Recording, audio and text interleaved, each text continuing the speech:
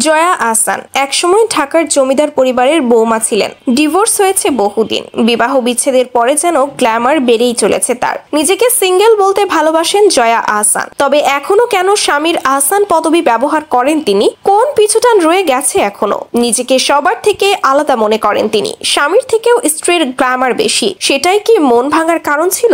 অবশ্য সেসব নিয়ে খুব একটা আফসোস নেই তার। নিজের মতন বাঁচতে ভালোবাসেন। স্বামীর প্রতি একটা আলাদা টান রয়েছে তার। মাকে নিয়ে কোনো ছোটবেলার স্মৃতি এখনো হাত দিয়ে বেড়ান। জয়া আহসান বাংলাদেশের মানুষ হয়েও ভারতের দর্শকদের কাছে খুবই জনপ্রিয়।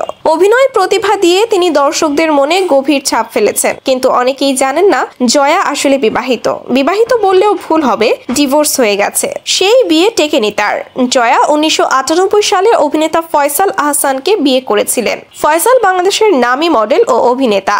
আর বিয়ের পর নিজের নামের পেছন থেকে মাসুদ ফেলে দিয়েছেন। আহসান ব্যবহার শুরু করেন। 2011 সালে বিয়ের 13 বছর পর দাম্পত্য জীবন শেষ করার সিদ্ধান্ত নেন তারা। তবে বিয়ে ভাঙলেও জয়া এখনো নিজের নামের পাশ থেকে আর মোছেনি আহসান পদবি, আর ফেরেননি মাসুদ পদবিতে।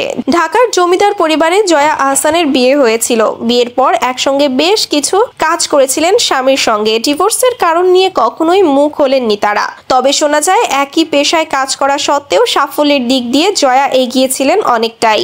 আর সেটা নিয়েই নাকি সমস্যার শুরু। ইগোর লড়াইটা সম্পর্ক ভাঙার মূল কারণ, এমনটাই গুঞ্জন শোনা যায়। নিজেকে সবার চেয়ে আলাদা বলে মনে করেন জয়া। ছোটবেলায় সবাই যখন একসঙ্গে খেলাধুলা করতেন তখন সে ভিড় থেকে সরে হয়তো কোনো একটা কিছুর দিকে থাকতেন। মানে ভাবুক প্রকৃতিটা ছোটবেলা থেকেই আসছে তার। একটু কিছুতেই অবাক হতেন। কিন্তু এখন জীবনটা কেমন বদলে গেল।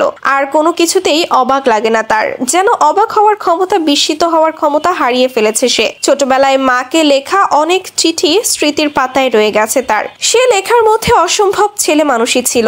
নানা রকম কালি ও রং দিয়ে লিখতেন। মা দেখে খুব হাসতেন এবং সবাইকে পড়াতেন। কিন্তু এখন জয়ার বড্ড আফসোস। যদি এখন মাকে চিঠি লিখতে বলেন, কলম থেকে একটা বর্ণও বের হবে না। কেবলই মনের মধ্যে সবকিছু থেকে যাবে। ক্যারিয়ারের অন্যতম সেরা সময় কাটাচ্ছেন জয়া আহসান। ঈদের তাণ্ডব উৎসবের পর জুলাই ও আগস্ট কলকাতায় মুক্তি পেয়েছে তার অভিনীত 2টি সিনেমা, ডিয়ার মা এবং পুতুল নাচের ইতিকথা।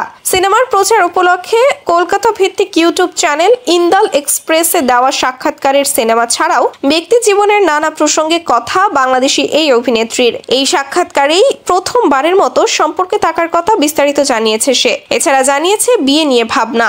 অভিনয়ের স্বীকৃতি হিসেবে তিনি 5টি জাতীয় চলচ্চিত্র পুরস্কার, 7টি মেরিল প্রথম আলো পুরস্কার এবং 3টি ফিল্ম ফেয়ার পুরস্কার পূর্ব সহ অসংখ্য পুরস্কার অর্জন করেছেন। তার অভিনীত প্রথম চলচ্চিত্র ছিল ব্যাচেলর।